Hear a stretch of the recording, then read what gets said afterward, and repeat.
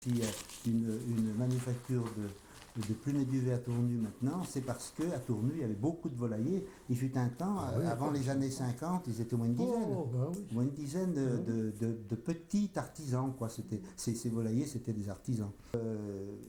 Par après, il y a eu des nouvelles techniques. On s'est mis à plumer les volailles à l'eau. Alors la plume que l'on récupérait avant était perdue. Et il a fallu trouver une méthode pour essayer de la récupérer. Au début, ça a été donc la plume des volailles plumées. Les volailles étaient plumées à sec. Mais après, quand on a eu de nouveau matériel, il a fallu donc trouver une solution. Et alors, c'était une solution de fortune. On a commencé à construire des bacs. On lavait la plume dans des bacs en ciment. On muait la plume dedans avec des grands bâtons, des fourches en bois, enfin bref. On l'emmenait après chez Lacroix sécher. Et puis les faire sécher après. On avait monté quelques étuves. Une étuve chez M. Lacroix, rue Victor Hugo. Il avait son chose de Victor Hugo. C'était très artisanal. Et alors la plume, elle était... Bon, ça valait certainement pas la plume d'avant parce que on n'arrivait pas à enlever l'odeur, vraiment l'odeur de volaille. Il y a toujours une odeur. Et il a fallu donc se spécialiser après, voir comment les Allemands qui étaient plus en avance que nous à ce sujet. Alors M. Klom s'est renseigné, il s'est dit écoutez, il faut qu'on achète du matériel, il faut qu'on fasse ça comme les Allemands font, avec des produits pour neutraliser le goût, l'odeur qu'il y avait dans la plume. Et puis donc c'est là qu'on a acheté donc rue de la Féculerie, l'usine de la rue de la Féculerie, pour pouvoir installer ce matériel. On a acheté des étuves, on a acheté des laveuses avant, deux grosses laveuses qui tenaient combien de litres 3000 litres, je crois. Les laveuses de 3000 litres. Une essoreuse, et puis petit à petit ça a évolué, mais on ne faisait que de la plume. De volaille. On ne faisait pas encore la confection on l'a fait donc un peu plus tard. Et au début on faisait que des oreillers, des traversins, des coussins, quelques édredons. Et puis quand est venue la mode des couettes, eh bien on s'est renseigné, on n'en faisait pas, mais les concurrents commençaient à en faire. Alors il a fallu, on a des clients qui nous disaient mais comment ça se fait, vous ne faites pas de couette? Nous on fait des édredons. Mais écoutez, la couette ça a l'air de bien marcher, vous ne pourriez pas en faire? Alors on a un client qui nous a envoyé sa couette, on l'a ouverte, on a regardé comment elle était confectionnée, une couette de chez un concurrent. Et puis on lui en a fait 2 ou 3, et il a dit mais c'est parfait, vous pouvez y aller. Et on a démarré les couettes comme ça, et après ça C'est surtout à ce moment-là de la plume de récupération. On travaillait pas tellement avec du neuf, parce que la plume neuve, la plume d'oie neuve, la plume de canard neuve, c'était quand même assez cher. Alors on récupérait les vieux lits dans les gros entrepôts, comme chez des plats chalons, et un peu dans toute la France. On achetait ces plumes par wagon, par tonne, et alors il fallait aller les réceptionner chez les fournisseurs. On avait notre couteau dans notre poche, et puis quand on arrivait là-bas, chaque pièce était éventrée pour pour juger de la qualité, et puis les acheter suivant qu'elles étaient très dufteuses ou pas, cassées ou entières. Il y avait des normes à respecter il y avait en général il y avait 3 catégories.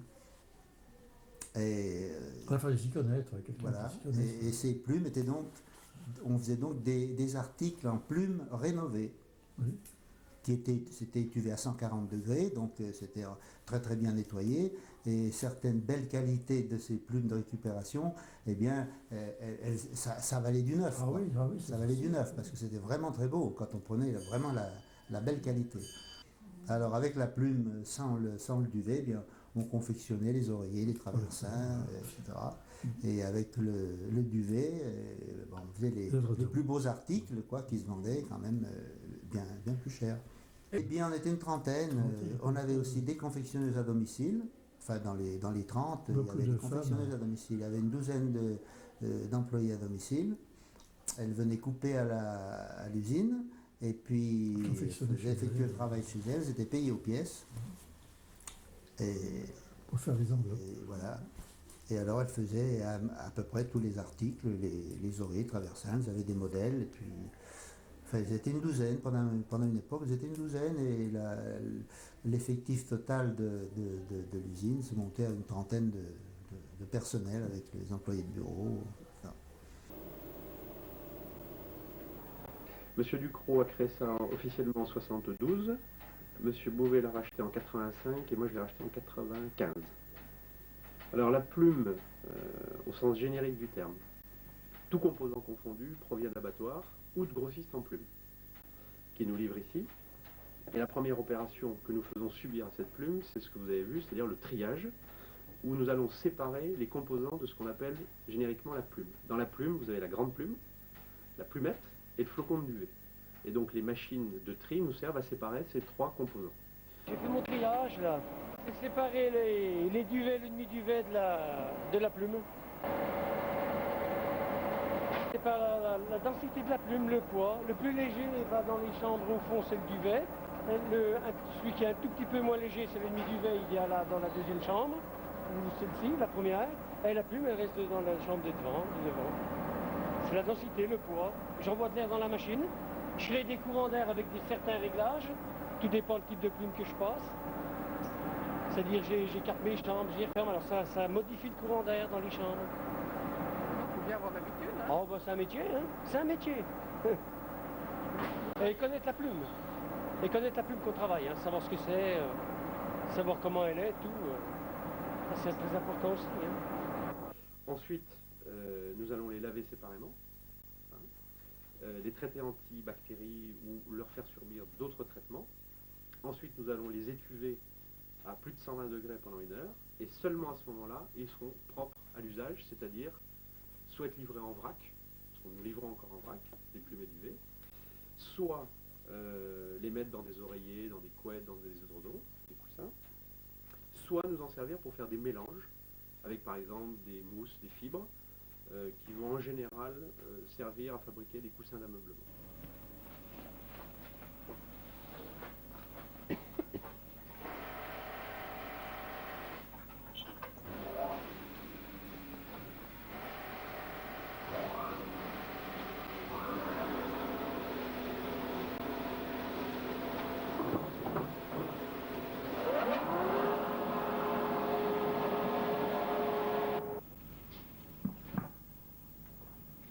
Même en poussant des coins.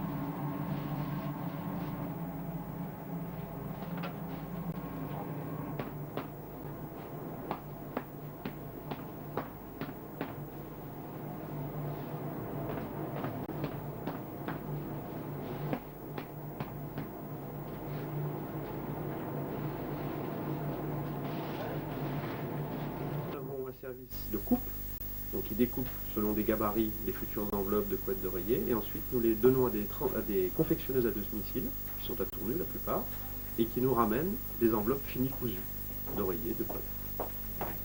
On a deux marchés. Le principal, c'est la literie, c'est-à-dire couettes, oreillers, dredons, etc., etc. Et nous avons un deuxième marché où nous sommes des sous-traitants pour des industriels qui fabriquent des sièges.